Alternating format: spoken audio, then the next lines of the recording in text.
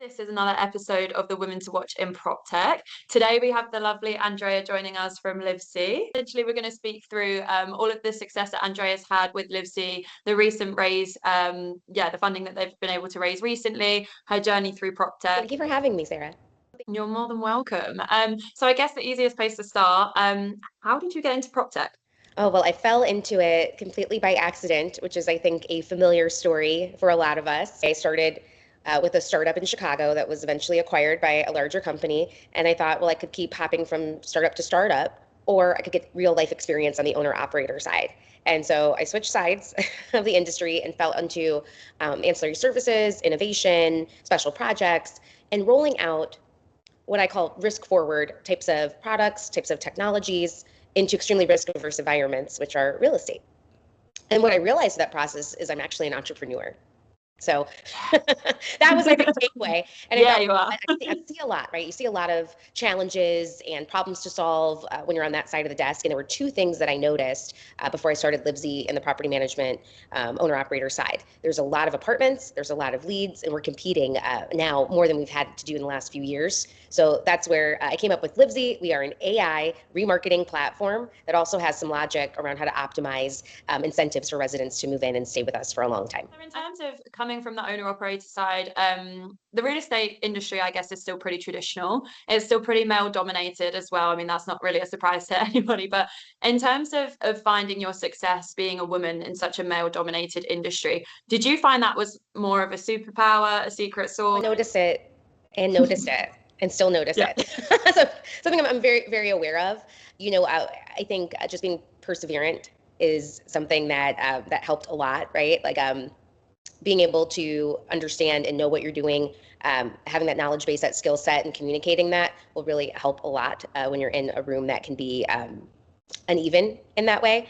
But to be honest, I noticed it more in the VC world, in the fundraising space, than I did in multifamily real estate. I think that there's a good cohort of strong women in PropTech that, you know, I was fortunate enough to report to female CEOs in my career. So that part, there was more balance there. When I got into the VC space, it was a much different landscape.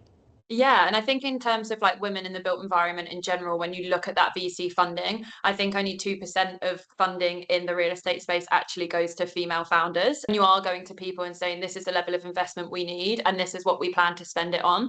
I can't imagine that women have as smooth a road as some other founders may do in terms of being able to justify the money that they're wanting to spend, the money that they're asking for, and where that allocation of resources is going to go. I've found particularly like, obviously we work in headhunting and we're going out and finding the best talent, and I think some people give it as a backhanded compliment to say, I'm surprised how much you know, and I'm surprised you know, how much of a pulse you have on the industry, etc., etc. And I don't think people mean for it to be condescending, but I think we receive comments that as women sometimes that people throughout the rest of the industry, they might not be surprised that that person would know all of that stuff, or they might not question why that founder is going to the VC and asking for X amount of funding. They might not necessarily be on the receiving end of certain remarks or questions in those conversations. So I think it's absolutely applicable.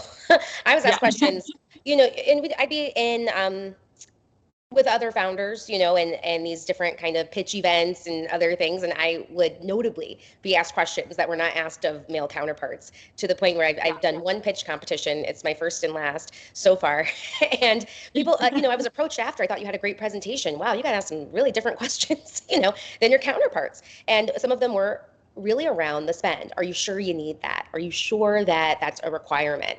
And there's nothing I'm more sure of than the elements that need to go into Livsee, right? So we do AI remarketing. So we need to understand pricing, availability, information about the property, real time. This is why you can't find an apartment on ChatGPT, because it's not integrated with property management systems, right? And pushing and pulling that data.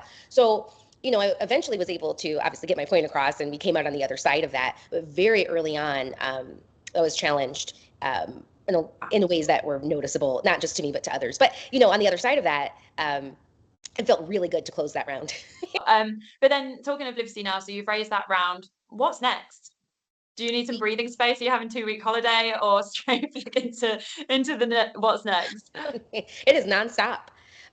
So now we're going to market, and we're scaling, and we're growing our product and building we're measuring what modules matter most to our early customers and building this product around constant feedback. You can't do something like this in a vacuum, you know, and that's part of the other way we were able to raise, and we did do it in an unusual way also. We were pre-revenue, pre-product, but in order to build something that our partners could use, you know, we had to make those investments early on. So now we're live, we are selling, we are closing, hopefully. We are building some really great reporting around first-party data and understanding, you know, just as much as why a renter's moving in, why they're not moving in. To anybody that might be listening to this, anything else you would like to say to convince people that are finding this quite interesting to actually, you know, off the back of this call, give Livsee a go? You know, I would say if anyone's listening and this has piqued your interest in any way, something really important is that this is built from the lens of an owner-operator, understanding the nuances, right, of what a report looks like in a property management system and either filling in that data or replicating it in a way that's meaningful. So we are increasing occupancy for owner-operators really through precision. And I'm happy to share more, set up a demo to really dive into that. But think about that. It's really meant to be a light lift with huge impact by really being thoughtful. In terms of like advice for the next generation of female leaders and how to navigate that space, what would you tell your younger self in going for this and becoming the woman that you've been able to flourish into with Livsee now? Oh, that's such a great question. I appreciate that. I haven't thought about giving advice as much as I've been taking it lately. But I would just say to somebody just starting out, become an expert at what you do. Throw yourself into it, read about it, talk to everybody, and then really measure it too. Right? So now you know you're really great at this thing and you know about it. Well, how do you show that it succeeds, right? Show that it can actually have an impact on whatever project that you have. And I think that will expedite, right, career growth and other opportunities. It's about networking, right? And really meeting people in this field, building relationships. You know, in terms of fundraising in our round, it really started with our angel investors, people that had known me and some people on my team for a decade plus that said, we believe in you, right? And that made it a lot easier for VCs to come in. But we had to really justify that anyway. Well, why do you need to raise so much capital? AI, it's $20 out of the box. Not really, right? When you add in legal, cybersecurity, due diligence, all the things that I know from being an owner operator that were required in our contracts. So to answer that question, in order to level that playing field, it's really two things, right? Networking, building relationships in this industry, being passionate about it, right? Because these are actually people's homes, right? Where people spend a lot of time. And so whether that's any type of commercial real estate, these are spaces that people use. So how do we optimize them? How do we make them great spaces, especially with all this new technology coming out? So knowing people in the space and brainstorming and understanding there's ideas and being able to create something they can use. Person, like next time somebody invites you for the coffee or some type of conversation over LinkedIn or invites you on Women to Watch, then we're yes people now. We're getting out there and doing the thing. No, that makes sense. Well, I really appreciate your time. I'm excited to see where you guys go next and all the best for the future. Well, thank you so much for the time. Thank you for shining a spotlight on this conversation. I think it's so important and can't wait to continue the conversation. Amazing. Thanks, Andrea. Bye. Thank you.